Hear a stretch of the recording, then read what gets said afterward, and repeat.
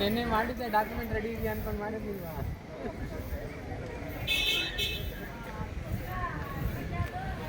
ನಿನ್ನೆ ತಾನೇ ಮಾತಾಡಿದ್ದೆ ನಾನು.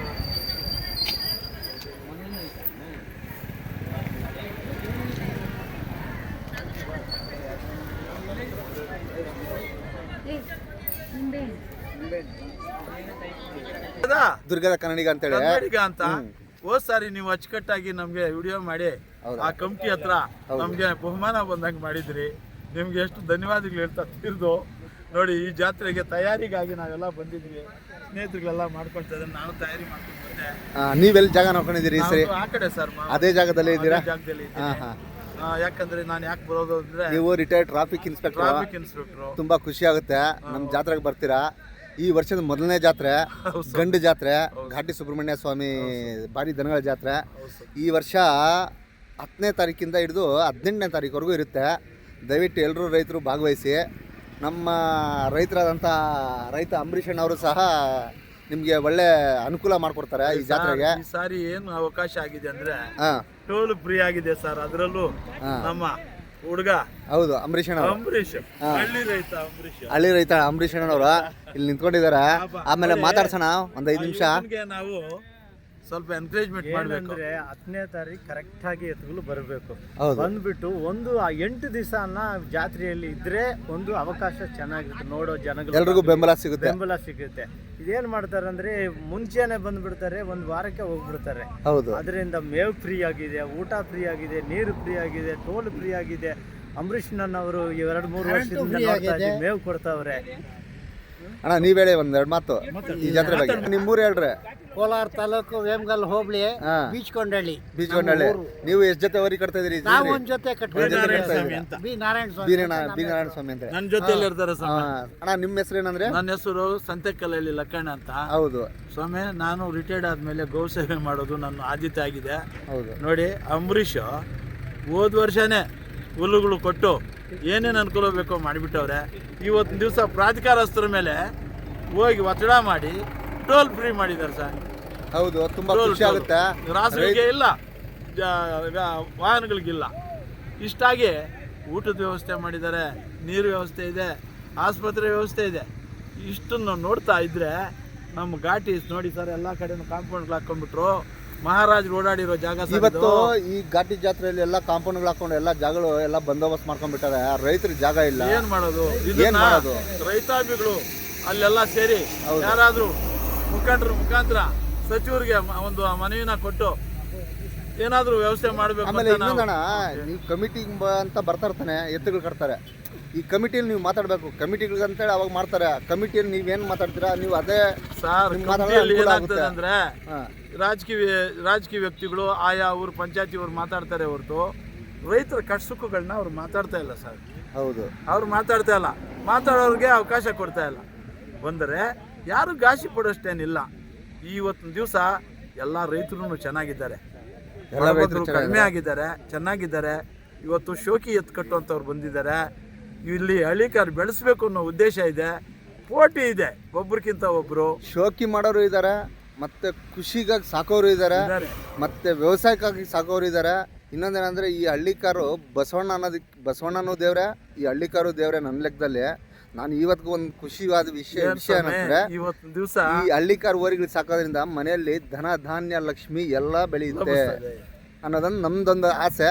ನಿಮ್ಗೆ ಇದ್ರ ಬಗ್ಗೆ ನೀವು ಅಭಿಪ್ರಾಯ ಒಂದೆರಡು ಮಾತು? ಏನ್ ಸರ್, ನೋಡಿ ಸರ್, ಬೆಳಗ್ಗೆ ಅದು ಗೋವನ್ನು ನೋಡಬೇಕು, ಗೋವನ್ನು ಸೋರಿಸ್ಬೇಕು. ಆ ಗೋಜಲ ಅಂದ್ರೆ ಗಂಜಲ, ಗೋಮೂತ್ರ, ಆಮೇಲೆ ಗೋಮಯ, ಸಗಣಿ, ಇವೆಲ್ಲನೂ ಮೊದಲು ಅಂಗಲ್ಗಳೆಲ್ಲ ಸಾರಿಸಿ ಶುಭ್ರ ಮಾಡ್ಕೊತಾ ಇದ್ರು. ಕಾಯಿಲೆ ಕಸಾಳ ಬರ್ತಿರ್ಲಿಲ್ಲ ಆಗಿನ ಕಾಲದಲ್ಲಿ. ಈಗಿನ ಕಾಲದಲ್ಲಿ ಎಲ್ಲಾನು ಕಾಯಿಲೆ. ಹಿಂದಿನ ಕಾಲದಲ್ಲಿ ಋಷಿ ಮುನಿಗಳು ವೈರತ್ವ ಇಲ್ದಂಗೆ ನಡ್ಸ್ಕೊಳ್ತಾ ಇದ್ದಂತೆ ಅವ್ರವ್ರ ಆಶ್ರಮಗಳಲ್ಲಿ. ಯಾವ್ದ್ರಿಂದ? ಗೋಜಲ ಗೋಮಯದಿಂದ ಸಾರಿಸಿ ಎಲ್ರಿಗೂ ಇದು ಉಪದೇಶ ಮಾಡ್ತಾ ಇದ್ರು. ಹೌದು, ಇಂಥದ್ದು ಇಟ್ಕೊಂಡು ನೋಡಿ ಸರ್, ಹಳ್ಳಿ ಕಾರು ಯಾರು ಸಾಕ್ತಾರೆ ಅವರೇ ದೇವರು. ಹಳ್ಳಿ ಕಾರು ಮನೆಯಲ್ಲಿದ್ದರೆ ಅದೇ ದೇವಸ್ಥಾನ. ಏನು ಸ್ವಾಮಿ, ಹಿಂಗಾಗಿ ಇವತ್ತು ದಿವಸ ನಾಯಿಗಳಿಗೆ ಕೊಡುವಂಥ ಪ್ರಾಧಾನ್ಯತೆ ಕೆಲವರು ಕೊಡ್ತಾ ಇಲ್ಲ. ರೈತರು ಕೊಡ್ತಾ ಇಲ್ಲ ಅಂತೀರಾ? ರೈತರು ಕೊಡ್ತಾ ಇಲ್ಲ. ಯಾಕೆ ಸರ್ ರೈತರೇ ಗಾಡಿ ಮೇಲೆ ಕುಡಿಸ್ಕೊಂಡು ಹೋಗ್ತಾರೆ ಸರ್ ಅವರು ನಾಯಿನ. ಬೆಳಿಗ್ಗೆ ಅದು ಬೆಕ್ಕನ್ನು ನೋಡ್ತಾರೆ ಸರ್, ಬೆಕ್ಕನ್ನು ನೋಡಿದ್ರೆ ಹೋಗೋ ಕೆಲಸ ಆಗ್ತದ? ಏನೋ ನಮ್ಗಂತೂ ಅದ್ರ ಬಗ್ಗೆ ಅಭಿಪ್ರಾಯ ಇಲ್ಲ ಸ್ವಾಮಿ. ಹೇಳಿ ಕೇಳಿ, ತೆಲುಗಿನಲ್ಲಿ ಕನ್ನಡದಲ್ಲಿ ಹೇಳ್ಬಿಡ್ತೀನಿ, ಕನ್ನಡದಲ್ಲಿ ಹೇಳಿ ಪರವಾಗಿಲ್ಲ. ಊಟ ಇರೋ ಮನೆಯಲ್ಲಿ ನಾಯಿ ನಿಲ್ಲಲ್ಲಂತೆ, ಹಾ ಹಾಲಿರೋ ಮನೆಯಲ್ಲಿ ಬೆಕ್ಕು ನಿಲ್ಲಲ್ಲಂತೆ, ಎತ್ತು ಕಟ್ಟೋನ ಮನೆಯಲ್ಲಿ ಎತ್ತು ಕಟ್ಟಕ್ಕಾಗಲ್ಲಂತೆ. ಅದರಿಂದ ಇದೆಲ್ಲ ಮನಸ್ಸಲ್ಲಿ ಇಟ್ಕೊಂಡು ರೈತನು ಎತ್ತು ಕಟ್ಟಲೇಬೇಕು ಅನ್ಬೇಕು. ರೈತನು ನಾಯಿನ ಗಾಡಿ ಮೇಲೆ ಹಾಕ್ಸ್ಕೊಂಡು ಹೋಗ್ಬಾರ್ದು ಅಂತ ಹೇಳ್ಬೇಕು. ಬೆಳಗ್ಗೆ ಎದ್ದು ಬೆಕ್ಕಿನ ಮಕ್ಕ ನೋಡ್ಕೊಡುದು ಅಂತ ನಾನು ರೈತರಿಗೆ ನಾನು ಸಂದೇಶ ಕೊಡ್ತಾ ಇದ್ದೀನಿ. ಅಂದ್ರೆ ನಾನು ವ್ಯಂಗ್ಯವಾಗಿ ಮಾತಾಡ್ತೀನಿ ಅಂತ ದಯಮಾಡಿ ಯಾರು ತಿಳ್ಕೊಂಬೇಡಿ. ನಡೀತಾ ಇರೋದನ್ನ ನಾನು ಹೇಳ್ತಾ ಇದ್ದೀನಿ. ಹೆಚ್ಚಾಗಿ ನೋಡಿ, ನಮ್ಮ ಅಂಬರೀಷು ಅವ್ರಿಗೆ ನಮ್ಮ ಧನ್ಯವಾದಗಳು. ನಮ್ಮ ದುರ್ಗದ ಕನ್ನಡಿಗರು ನಮಗೆ ಅಚ್ಚ ಕನ್ನಡದಲ್ಲಿ ಮಾತಾಡಿ ನಮಗೆ ಒಳ್ಳೆ ಪ್ರದರ್ಶನ ನೀಡ್ತಾ ಇದ್ದಾರೆ. ನಿಮ್ಮ ಸೇವೆ ಅಪಾರ. ನೋಡಿ, ನಮ್ಮ ಮೋಹನ್ ಸಾಹೇಬರು ಬೆಳಗ್ಗೆ ತುಮಕೂರಿಂದ ಬೆಳಗ್ಗೆ 6 ಗಂಟೆಗೆ ಫೋನ್ ಮಾಡಿದ್ದೀನಿ. ತುರಾತುರಿಯಲ್ಲಿ ಗಂಡಸಿ ಸಂತೆಗೆ ಹೋಗ್ಬೇಕಾಯ್ತು ಅಂತ ಬಂದು ಇವ್ರ ಸೇವೆ ಘಾಟಿ ಜಾತ್ರೆಗೆ ಮೀಸಲಿಟ್ಟು ಆ ಭಗವಂತ ಕೃಪೆಯಲ್ಲಿ ಪಾತ್ರರಾಗಿ ಇದ್ದಾರೆ. ಇವ್ರಿಗೆ ನಾವು ಧನ್ಯವಾದಗಳು. ತುಂಬ ಧನ್ಯವಾದಗಳು ಮಾರಣ್ಣ ಅವರೇ. ನಿಮಗೂ ಒಂದು ಧನ್ಯವಾದಗಳು ಅಕ್ಕಣ್ಣವ್ರೆ. ಧನ್ಯವಾದಗಳು ಅಣ್ಣ. ನೀವು ಹೇಳಿ. ಅಂಬರೀಷ್ ಅಣ್ಣ ಈ ಘಾಟಿ ಜಾತ್ರೆಗ ಸುಂಕ ತಗೊಂಡಿಲ್ಲ. ಈ ಸರಿ ಸುಂಕ ಫ್ರೀ ಮಾಡಿ ಜಗಳ ಮಾಡ ಕಂಪ್ನಿ ಮೇಲೆ ಸುಂಕ ಬೇಡ ಹೋದ್ ಸರಿ ಅಂಬರೀಷ್ ಅಣ್ಣ ಮಟ್ಟ ಮಾಡ್ಯವ್ರೆ. ಏನಣ್ಣ ಹುಲ್ಲು ಹೋದ್ ಸತಿನೂ ಕೊಟ್ಟವನು, ಇದು ಸತಿನೂ ಕೊಡ್ತಾರ. ಮುಂದೆ ಒಂದು ಜೊತೆ ಕಟ್ಟೋನು, ಇನ್ನೂ ಒಂದು ಜೊತೆ ಕಟ್ಟಿ ಈ ಘಾಟಿ ಜಾತ್ರೆಗೆ ಬರಬೇಕಂತ ಹೇಳ್ತಾ ಇದ್ದೀನಿ. ಎಲ್ರಿಗೂ ತಿಳಿಸ್ಬಿಡಿ. ಹಾಂ, ನಮಸ್ಕಾರ ಅಂಬರೀಷ್ ಅಣ್ಣ ಅವ್ರಿಗೆ. ನಮಸ್ತೆ ಅಣ್ಣ. ಅಣ್ಣ, ಈ ಸರಿ ಏನು ವಿಶೇಷವಾದಂಥ ಇವತ್ತು ಘಾಟಿ ಜಾತ್ರೆ ನಡೀತಾ ಇದೆ. ಈ ಮೊದಲು ಒಂದು 14ನೇ ತಾರೀಕು ಅಂತ ಹೇಳಿದರು. ಇವಾಗ ನೋಡಿದ್ರೆ ಮೊನ್ನೆ ಸಚಿವರು ರಾಮಲಿಂಗಾರೆಡ್ಡಿ ಅವರು ಬಂದಿದ್ದರು ದೇವಸ್ಥಾನಕ್ಕೆ. ಬಂದು 10ನೇ ತಾರೀಕು ಅಂತ ಘೋಷಣೆ ಮಾಡಿದ್ದಾರೆ. ಏನು ಇದ್ರ ಬಗ್ಗೆ ಜನರಿಗೆ ಅಭಿಪ್ರಾಯ ಏನಂತಂದರೆ, ಒಂದು ಮಠದಲ್ಲಿ ಹೋಗುತ್ತೆ, ಯಾವ ಡೇಟ್ ಬರ್ಬೇಕನ್ನೋದು ಗೊತ್ತಾಗೋದಿಲ್ಲ. ಇದ್ರ ಬಗ್ಗೆ ನಿಮ್ಮ ಅಭಿಪ್ರಾಯ ಸವಿರವಾಗಿ ತಿಳಿಸಿ ನನಗೆ. ಎಲ್ರಿಗೂ ಮುಟ್ಲಿ, ಎಲ್ಲರೂ ಬರಲಿ, ಎಲ್ಲರೂ ಸೇರಲಿ, ಜಾತ್ರೆ ಯಶಸ್ವಿಯಾಗಲಿ ಅಂತ ನಮ್ಮ ಅನಿಸಿಕೆ. ಇದ್ರ ಬಗ್ಗೆ ನಿಮ್ಮ ಒಂದೆರಡು ಮಾತು ನನಗೆ ತಿಳಿಸ್ಕೊಡಿ. ಖಂಡಿತ ಅಣ್ಣ. ಇವತ್ತು ಏನು ನಮ್ಮ ದನಗಳ ಜಾತ್ರೆ ಇಡೀ ನಮ್ಮ ದಕ್ಷಿಣ ಭಾರತದಲ್ಲಿ ಅದೇ ಆದಂಥ ಒಂದು ಹೆಸರು ಪ್ರಖ್ಯಾತಿಯನ್ನು ಹೊಂದಿರತಕ್ಕಂಥದ್ದು ತಮಗೆಲ್ಲ ಗೊತ್ತಿರ್ತಕ್ಕಂಥ ವಿಚಾರ. ಸೊ ಇಲ್ಲಿ ಮೊದಲನೇದಾಗಿ ನನ್ನ ಇಡೀ ನಮ್ಮ ರಾಜ್ಯದ ಎಲ್ಲ ರೈತ ಬಂಧುವರಿಗೆ ಹೇಳ್ತಕ್ಕಂಥದ್ದು ಇಷ್ಟೇ, ಗೊಂದಲವನ್ನು ಸೃಷ್ಟಿ ಮಾಡಬಾರ್ದು. ದಯವಿಟ್ಟು ಈಗ ಗೊಂದಲ ಸೃಷ್ಟಿ ಮಾಡಿರೋರು ನಮ್ಮ ಅಣ್ಣ ತಮ್ಮಂದಿರ ಅಂತ ನಾವು ತಿಳ್ಕೊಳ್ಳೋಣ. ಯಾಕಂದರೆ ಏನಕ್ಕೆ ಮಾಡಿದ್ರು ಅನ್ನೋದು ಗೊತ್ತಿಲ್ಲ. ಯಾಕಂದರೆ ಒಂದು ಸರ್ಕಾರದ ಒಂದು ದೇವಾಲಯ, ಸರ್ಕಾರದ ಒಂದು ಪ್ರಾಧಿಕಾರ ಇರೋದ್ರಿಂದ ನಮ್ಮ ಒಂದು ಡೇಟ್ ನಾವು ಪ್ರಪೋಸಲ್ ಕೊಡ್ಬೋದು ಅಷ್ಟೇ, ಈ ಡೇಟಲ್ಲಿ ಅವರು ಮಾಡಿ ಅಂತ. ಬಟ್ ನಿರ್ಧಾರ ತಗೊಳ್ಳೋದೆಲ್ಲ ಮಾನ್ಯ ಪ್ರಾಧಿಕಾರಕ್ಕಿರುತ್ತೆ. ಸೊ ಆ ದೃಷ್ಟಿಯಿಂದ ಎಲ್ಲ ಪ್ರಾಧಿಕಾರದ ಏನೋ ಒಂದು ಡೇಟು ನಮಗೆ ಕೊಟ್ಟಿದ್ದಾರೆ, 10ನೇ ತಾರೀಕಿಂದ 18ನೇ ತಾರೀಕುವರೆಗೂ ಅಂತೇಳಿ. ಸೊ 10ನೇ ತಾರೀಕದ ಮೇಲ್ಪಟ್ಟು ದಯವಿಟ್ಟು ಇಡೀ ರಾಜ್ಯದ ಎಲ್ಲ ರೈತ ಬಂದವರು ಪರ್ಚೇಸ್ ತಗೊಳ್ಳೋರು ಅಷ್ಟೇ ಅದೇ ಸಮಯಕ್ಕೆ ಬನ್ನಿ, ರೈತರು ಬರ್ತಕ್ಕಂಥವ್ರು ಅಷ್ಟೇ ಅದೇ ಸಮಯಕ್ಕೆ ಬನ್ನಿ, ಅದೇ ಡೇಟ್ಗೆ ಬನ್ನಿ ಅಂತ ಇಡೀ ರಾಜ್ಯದಲ್ಲಿ ನಾನು ಎಲ್ಲ ರೈತರು ಬಂದವಲ್ಲಿ ನಾನು ಮನವಿ ಮಾಡ್ಕೊತೀನಿ. ಆ ನಂತರ ಇಲ್ಲಿ ಈ ಬರ್ತಕ್ಕಂಥ ರೈತ ಬಂದವ್ರಿಗೆ ಏನೆಲ್ಲ ಮೂಲಭೂತ ಸೌಕರ್ಯಗಳು ಈ ಸತಿ ವಿಶೇಷವಾಗಿರ್ತಕ್ಕಂಥದ್ದಂತಲೇ ಹೇಳ್ಬೋದು. ಯಾಕಂದರೆ ವರ್ಷಕ್ಕಿಂತ ವರ್ಷ ನಮ್ಮ ಘಾಟಿ ಸುಬ್ರಹ್ಮಣ್ಯ ದನಗಳ ಜಾತ್ರೆ ಅಪ್ಗ್ರೇಡ್ ಆಗ್ತಾ ಇರುತ್ತೆ. ಹಾಗೆ ಇದು ಪ್ರಸಿದ್ಧವನ್ನು ಇನ್ನೂ ಹೆಚ್ಚಿಗೆ ಆಗ್ತಾ ಇರುತ್ತೆ. ಅದು ಕಾರಣ ಘಾಟಿ ಸುಬ್ರಹ್ಮಣ್ಯ ದೇವರು ಅಂತಲೇ ಹೇಳ್ಬೋದು ಇವತ್ತು ನಮಗೆ. ಯಾಕೆಂದರೆ ಕೆಲವೊಬ್ಬರು ಗೊತ್ತಿಲ್ದೇನೋ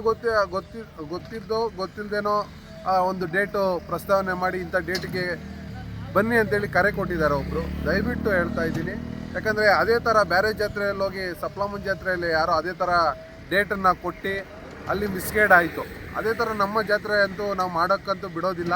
ಸೊ ಆ ದೃಷ್ಟಿಯಿಂದ ಮಾನ್ಯ ಪ್ರಾಧಿಕಾರದವರು ಒಂದು ಡೇಟ್ ಕೊಟ್ಟಿದ್ದಾರೆ, ಆ ಡೇಟ್ಗೆ ಕರೆಕ್ಟಾಗಿ ಬನ್ನಿ. ಆನಂತರ ಇಲ್ಲಿ ಈಗ ಬರ್ತಕ್ಕಂಥ ರೈತ ಬಂದವ್ರಿಗೆ ಎಸ್ಪೆಷಲಿ ಖುಷಿಯಾದ ಸಂಗತಿ, ನೀವು ಬರ್ತಕ್ಕಂಥ ಟೆಂಪೋಗಳಿಗೆ ಏನು ಟೆಂಪೋ ಟ್ಯಾಕ್ಟ್ರುಗಳಲ್ಲಿ ಬರ್ತೀರಾ, ಹುಲ್ಲಾಕ ಬರ್ತೀರಾ ಅಂಥ ರೈತರಿಗೆ ಸುಂಕ ವಸೂಲಾತಿ ಇಲ್ಲ. ಅದ್ರ ಜೊತೆಗೆ ನೀವು ಬರ್ತಕ್ಕಂಥ ಕಾರ್ ಆಗಿರ್ಬೋದು, ಟೂ ವೀಲರ್ ಆಗಿರ್ಬೋದು, ಎಲ್ಲರಿಗೂ ಕೂಡ ಉಚಿತವಾಗಿ ಬರ್ತಕ್ಕಂಥ ಟೋಲ್ ಫ್ರೀ ಅಂತ ಹೇಳಕ್ ಬಯಸ್ತೀವಿ. ನಾವು ಸುಂಕ ಇಲ್ಲ, ಸುಂಕ ರಹಿತ ಅಂತೇಳಿ ಹೇಳಿದ್ರು. ಅದು ನನಗೆ ಇನ್ನೊಂದು ಗೊಂದಲ ಇದೆ ಸುಂಕ ರಹಿತದ ಬಗ್ಗೆ. 25ನೇ ತಾರೀಕು ಒಂದು ದಿವಸ, ಜಾತ್ರೆ ದಿವಸ ಒಂದು ದಿವಸ ಮಾತ್ರನಾ, ಇಲ್ಲ ಬರೋ ದನಗಳ ಜಾತ್ರೆಗೆ ಫುಲ್ಲಾ?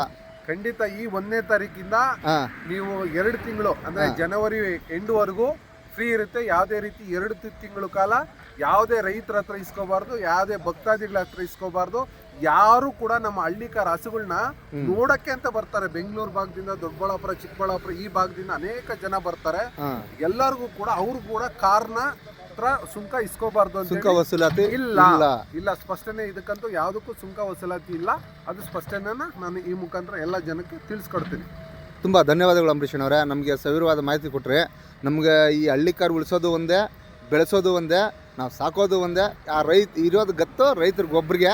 ತುಂಬ ಧನ್ಯವಾದಗಳು. ಆಮೇಲೆ ವಿಶೇಷ ಇನ್ನೂ ಒಂದು ಹೇಳ್ತೀನಿ, ಹೇಳಿ ಅಣ್ಣ. ಹೋದ ವರ್ಷ ನಾವು 6 ಜಿಲ್ಲೆಯವ್ರಿಗೆ ಕರೆಸಿ ಅವ್ರಿಗೆ ಸನ್ಮಾನ ಮಾಡಿದ್ವಿ, ತಮ್ಗೆ ಗೊತ್ತಿರ್ತಕ್ಕಂಥದ್ದು. ಹೌದು. ಈ ವರ್ಷ ನಾವು ಏನು ನಮ್ಮ ಕರ್ನಾಟಕದಲ್ಲಿ 30 ಜಿಲ್ಲೆಗಳು ಏನಿದೆಯೋ 30 ಜಿಲ್ಲೆಗಳ ಒಬ್ಬ ಜಿಲ್ಲೆಯಿಂದ ಒಬ್ಬರನ್ನ ರೈತರನ್ನ ನಾವು ಸೆಲೆಕ್ಟ್ ಮಾಡಿಕೊಂಡು ಆ ರೈತರನ್ನ ವಿಶೇಷವಾಗಿ ನಾವು ಈ ಸರಿ ಸನ್ಮಾನ ಮಾಡೋ ಅಂಥ ಕಾರ್ಯಕ್ರಮ ನಾವು ಮಾಡ್ತಾ ಇದ್ದೀವಿ. ದಯವಿಟ್ಟು ಆದ ಒಂದು ಡೇಟ್ ನಾನು ನಿಮ್ಮ ಹತ್ರ ಹೇಳ್ತಾ ಇದ್ದೀನಿ. 14ನೇ ತಾರೀಕು ನಾವೊಂದು 30 ಜನ ಜಿಲ್ಲೆ. ಯಾಕಂದರೆ ಇಲ್ಲಿ ಜಾತ್ರೆಗಳಲ್ಲಿ ಟ್ರಾಫಿಕ್ ಓಸತಿನೇ 4-5 ಕಿಲೋಮೀಟರ್ 16 ಕಿಲೋಮೀಟರ್ ಆಗಿತ್ತು. ಹೌದು. ನಾವು ಇಲ್ಲಿ ಸ್ಟಾರ್ಗಳು ಕರ್ಕೊಬಂದು ಇಲ್ಲಿ ಮೆರವಣಿಗೆ ಮಾಡಿಸಿ ಅವ್ರಿಗೆ ಸನ್ಮಾನ ಮಾಡೋದಿಲ್ಲ. ನಾವು ಮಾಡ್ತಕ್ಕಂಥದ್ದು ಏನು ರಾಜ್ಯದಲ್ಲಿ ಅನೇಕ ಜಿಲ್ಲೆಗಳಿಂದ ಕಟ್ಟಿರ್ತಕ್ಕಂಥ ಎತ್ತುಗಳನ್ನ ರೈತರನ್ನ ಇವತ್ತು ನಾವು ಸನ್ಮಾನ ಮಾಡ್ತಕ್ಕಂಥದ್ದು. ಅವರೇ ನಮ್ಗೆ ಸ್ಟಾರು. ಯಾರು ರೈತರು ಕಟ್ಟಿರ್ತಾರಲ್ಲ ದನಗಳು, ಅವರೇ ನಮಗೆ ಸ್ಟಾರ್ ಹೊರತು ಯಾರೇ ಒಬ್ರು ಕರ್ಕೊಬಂದು ಇಲ್ಲಿ ಸ್ಟಾರ್ನ ಮೆರೆಸ್ತೀವಿ ಇನ್ನೊಂದು ಮಾಡ್ತೀವಿ ಅನ್ನೋದೇನಿಲ್ಲ. ನಮ್ಮ ಸ್ಟಾರು ನಮ್ಮ ರೈತರು, ಬೇರೆಯವ್ರು ಯಾರೂ ಅಲ್ಲ. ಆದ್ದರಿಂದ 30 ಜಿಲ್ಲೆಯ ರೈತರಿಗೆ ನಾವು ಈ ಸರಿ ಸನ್ಮಾನ ಕಾರ್ಯಕ್ರಮ ಇಟ್ಕೊಂಡಿದ್ದೀವಿ. ಅಣ್ಣ ಡೇಟ್ ಇನ್ನೊಂದ್ಸರಿ ಹೇಳಿ. 14ನೇ ತಾರೀಕು ಅಂತಂದರೆ ಯಾವ ತಿಂಗಳು? 14ನೇ ತಾರೀಕು ಅಣ್ಣ ನಾನು ಹೇಳ್ತಕ್ಕಂಥದ್ದು ಜಾತ್ರೆ ಸೇರೋದು 10 ರಿಂದ 18 ಡಿಸೆಂಬರ್. ಹೌದು.